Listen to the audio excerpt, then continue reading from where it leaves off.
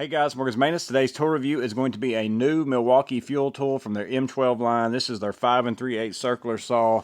Part number on this one is 2521-20. Again, 5 3/8 circular saw. You can see that there. So this is the newer model. I have the existing model, which is the 2530-20, and it is actually also an M12 fuel tool. So a lot of the times when we see these new upgrades here in the last few years, it's because it's been going from that non-fuel to the fuel version. Well, this one's actually, they had a fuel version of it. Now they have this one. What's the differences? That's what this video is going to be about, because I've got a review video for that one. So if you're interested in the main details of that one, you can go check that one out. This video is going to be all about what does this one have that the old one doesn't, and that way you can decide for yourself, is it worth the upgrade if I already own that saw? Should I buy this one? Or the biggest thing is going to be, because right now this one's on sale for $99. I think the normal price on this is going to be $160. I got it for $99 during this quarter. It's on promo, and I want to thank Ted for letting me know about that. That one also is $99. So to me, they're the same price right now. So you're going to say, well, it'd be silly for me to buy an old one when I get the new one for the same price. But there's going to be a time when maybe you're looking for this saw and you're watching this video where this one regular price is $160. That one's regular price is $150. Maybe that one's going to be on sale for $99. This one's going to be $160. Are the differences worth the upgrade if you already own that saw, or worth the price difference if all in all they're two different prices? That's going to be the goal behind this video. So we'll jump in. I'll tell you the differences or the upgrades on this saw compared to that one. Also some features that maybe I don't like as well. So that's something that you can take in consideration. And then I'll show it to you in use a little bit, maybe even comparison to that one. We'll see if it cuts any different. I'm actually going to film that first time cutting out of the box. I literally just got this today.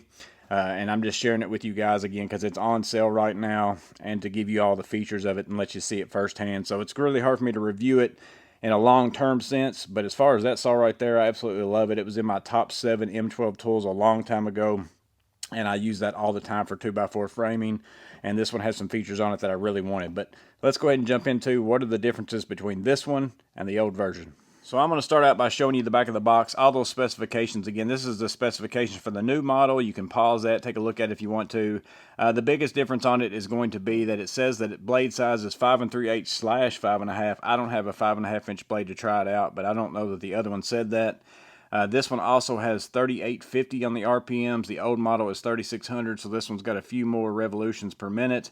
And then the two big differences probably out of the bunch is that cut line blower says yes, this one has that, and then also that weight is 4.59 pounds, whereas that old model is roughly about 5.35 pounds. So you're almost losing a pound. So that saw, that's the big kicker for me, is that it's really light, super light, easy to use, easy to manhandle. Again, compared to my rear handle saw and the times where I'm just cutting 2x4s or something like that, but you're also dropping almost a whole nother pound going down to this one. So that shows you how much even lighter this one is, and I can tell the difference when I hold them both in my hand.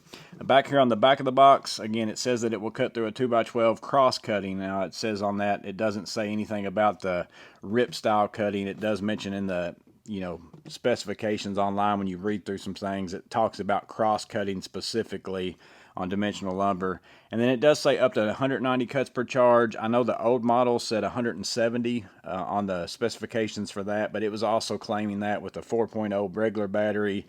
This 190, it's claiming that with a 5.0 high output battery. So to me, those extra 20 cuts is probably going to be just the battery difference and not so much something in the saw that's making a big difference with that. So that's box features, and again, just the main ones that I would think that you'd want to know. But let's talk about what's actually on the tool physically. What are the physical changes to the tool that would make you pick the new one over the old one, especially even if this one's not on sale compared to that one being on sale?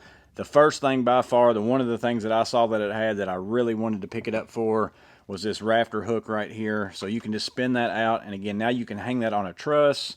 You can also hang that on 2x4 framing that's laying on the ground. Where I'm going to primarily use this is it's going to be hanging on my sawhorses, because right now whenever I use this older saw, it has zero hook of any kind. So then I end up setting it on top of my 2x4s that are sitting on my sawhorses. Then I have to move it whenever I grab that 2x4, set it back down. This is going to allow me to just sit there and hang it on and off of my sawhorses. There, I don't have to bend over and pick it up off the ground. This alone would be worth, if they were both regular price, the 10 extra bucks for me. But I've really liked the fact that it has this. This is something that I was looking for. So that's one of the main feature differences on this saw compared to the old saw. The next one is going to be something that I actually mentioned that I did not like on this saw during the review for that, and that is the markings for the depth gauge. You can see if you look inside of here, I've got 1.5 inches right there, and you've got this little line. So you've always got to kind of look through your saw right there to get those lined up. It's really hard to see that from this angle right here, where on the new saw, they have changed that completely to something kind of similar to my rear handle saw. I can easily see that 1/4 inch mark right there, 1/2 inch, 3/4, 1 inch. And now to adjust that, it's just a matter of flicking this clamp right here up. Now I can adjust that. You can see that little line. So right now I'm on that 1.5 inch right there. I can go up to 1.25 inches, 1 inch. Very easy to see from right here on the back side. I'm no longer trying to look through that handle to figure out where I'm at on my depth. I really like this quite a bit better than that of the old saw. And then the last two features on this newer saw compared to the old saw that does not have deal with sucking and blowing, and that saw does neither of these, is that this one has a blow port as far as it blows air as that is moving. It comes out of here, blows the sawdust off of your cut line. That saw does nothing like that, so you can see this one in action there. Here is the blower feature on the newer model. You can see if I go through here,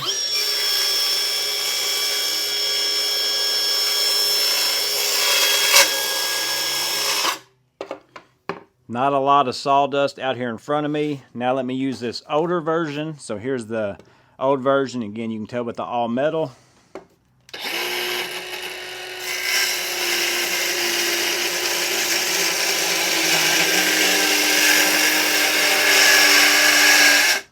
You can see how much more sawdust I have collected right here in this area compared to over here. Quite a bit more, so the blow feature works at least fairly decent. It's way better than nothing for sure, so I really like that feature on this saw. Again, that's something that this one has that the old model does not. And then that second feature, which is not something I'm probably going to use on this saw really all that often, because it's just not that's not what I use this saw for. Again, I use it primarily for 2x4s, things like that, maybe just quick cuts of plywood.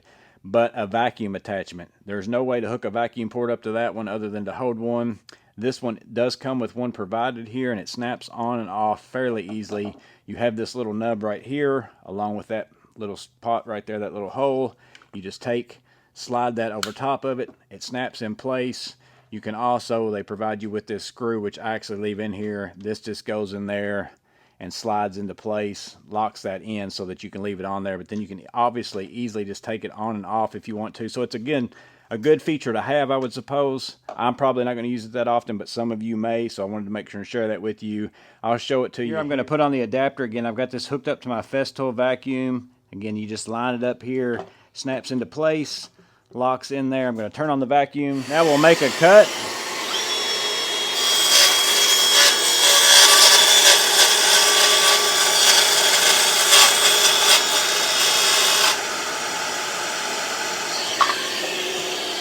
So you can see some residual dust. You could even see some dust coming out of here. Obviously, with any saw, unless this is covered up, you're not going to contain all of it. But now let me make a cut without the dust extractor on and without the adapter. I'll make another cut. Pay close attention to all the dust that comes out of here, because all that is what was getting vacuumed up.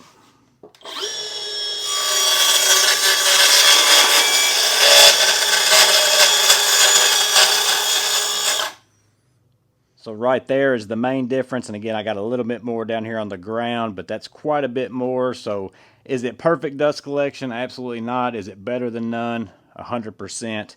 And again, I think it's doing pretty good because you're getting all the bulk of what normally comes out here. That's now going into the vacuum. It's not going to be dust free by any means, but it is at least decent for what it is. But again, as I always say, some dust extraction is always better than no dust extraction if you're needing to have some. So now that's another option on this newer model saw that's not on the older model saw. But now let me share with you the two things that I feel are maybe a negative. I'm not going to say they're a negative, but they're two things that I like about the other saw better than this one. And one thing is, this is a composite or plastic material. I believe they're calling it composite. Feels like a hard plastic, whereas in the other saw, all of that is metal. So this just feels like a more robust saw to me. Of course, that's where your extra pound is coming. So again, I told you this saw is lighter. And again, I can tell a difference by holding both of those in my hand. Even with this being my weaker left hand, I can tell a huge difference that this one is definitely a pound lighter, and it all comes down to me, it's got less metal on it. Even this part right here seems like it's bigger on the older saw than over here, and again, you've got metal everywhere, whereas you got some plastic here. The shoe's not a whole lot different. I like both of them on these. Both the shoes on both these saws are pretty decent in my opinion. This one also does not have a metal marking gauge up here. It's got all the same marks. It does have the angle adjustment up to 50 degrees there, as you can see. This one actually has like a plate with the marks a little bit easier to read in my opinion. So I do like that on the old saw. And then this one still went up to 50 as well. So really the difference in the saw is the weight. And because of the weight difference, it's mostly because they've changed it, used a little bit less metal. All this is a lot smaller. You can see the size of this here, maybe in comparison of that there, side by side. Hopefully you can kind of see that. But again, it's just a lighter saw, but the reason why it's lighter is because it probably has some things on it that aren't quite built to the same bulkiness and beefiness. And that's really the only thing significant that I see different that would maybe lean me towards the old one versus the new one is a durability problem of the plastic pieces. But I think to me that hook and the extra of being able to see my depth, because those are two things I will use all the time, that's worth it to me in order to have those over this durability problem, because I've not had a problem with this one. But again, we'll have to see over time if these components being of a different material causes an issue over time.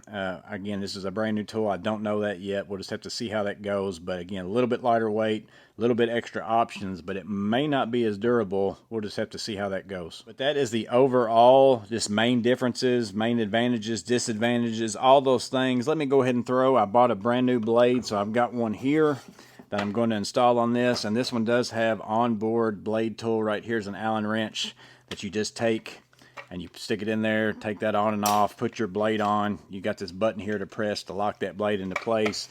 So I brought a brand new Diablo 5 3/8 blade for it. I've also got another one, so I'm going to put a brand new blade on the old saw as well. I'm going to actually use a 4.0 battery because I have two of those. I've only got one of the high output 5.0s. I might do some cuts with this one by itself, but I'm going to run the same batteries in both these side by side on a 2x8. Just to see if there's any kind of difference in the cut feel of it, and I'll show that to you, and then again, maybe that will help you make that decision. So I got brand new blades on both saws. Here's the older one, 4.0 battery inside of there. You can see there, 4 full bars. Same thing on the new one, 4.0 battery, brand new blade, 4 full bars right there. I just took both these batteries off the charger. I'm gonna go ahead and put the new one on the outside, the old one on the inside. We'll scroll through here. I'm gonna get them started. We'll go through and see if one finishes a little bit faster than the other.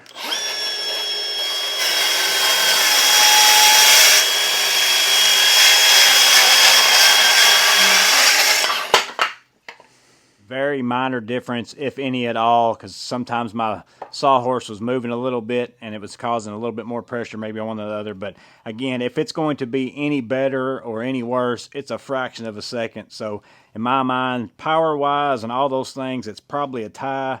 You're more so buying the features than you are buying a upgraded saw. But let me go ahead now and change out to the 5.0 battery in this new model. And I'm going to cut through again. This is a 2x8. Just to give you an idea so that you can see the blade and see an idea of how it's cutting. And let me push through it and let you see that.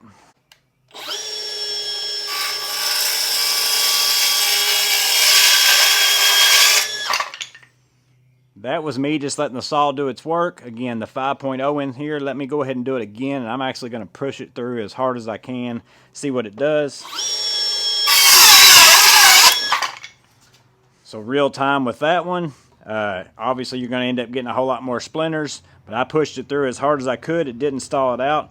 Now I'm just going to cut through it a bunch of times using the 5.0 battery here, just to go through it several times right in a row. We'll see how well it does this continual use.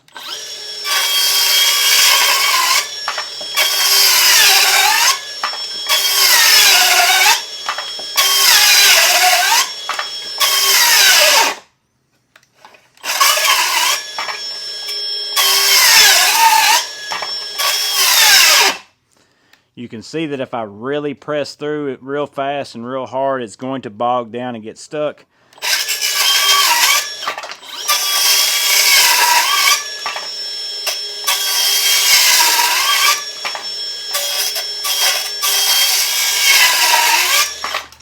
But if I let the saw do its work, there's no issue going through this 2x8 material. But yeah, guys, that is the new M12 Fuel 5 3/8 circular saw. Part number again is 2521-20. It's on sale for 99 bucks right now. I'll put a link in the description. And I guess I need to go ahead and tell you that even though I put Diablo blades on it, it did come with a Milwaukee framing 5 3/8 blade there. That was in the package along with that vacuum adapter. So those are the accessories that you kind of get with it. So just so you know, you do get a saw blade with it. I just prefer these blades right here. And hopefully, again, in this video, if you are someone who already has the older 25-30-20, I've answered the question, do you need to upgrade to this? If it's just strictly for cutting purposes, if you don't need the blower, vacuum, if you don't want to be able to see stuff a little bit easier, you know, if those kind of things don't appeal to you, especially maybe this hook right here is the big thing for me, then it's probably not worth spending the extra $99 just to get a saw that's still going to cut fairly decent. And I honestly use these saws. I've used this one a lot for cutting 2x4 framing. I keep it in the back of my truck. I cut stuff at Home Depot parking lots to fit in my truck. It's just a small compact saw, works really well. I think I mentioned in this video, used to these small saws like this to me were all garbage. They never did a single thing worth anything. And if you're going to think that this is going to cut like a 6.5 or a 7 1/4 on an M18 platform, it's not. I mean, I'll just tell you that up front. But does it get the job done at less than 5 pounds? I mean, 4.5 pounds to this one is a little bit over 5 pounds. That's way better than my rear handle saw. So for certain jobs, at the end of the day, would rather use this. Even if it takes me a few seconds longer, it's going to make my shoulders and my arms feel better at the end of the day. That's what I'm going for. So that's that new saw, M12 5 3/8 circular saw. Again, M12 Fuel 2521-20. Let me know in the comments below if you picked this up already. If you've been using it, let us know what your feedback is on that. And if you've had that one and been using it for a while, let us know your feedback on that as well. But I hope this video is interesting. Hope it helps you make the right decision. As always, stay safe. Have a blessed day. See you on the next video.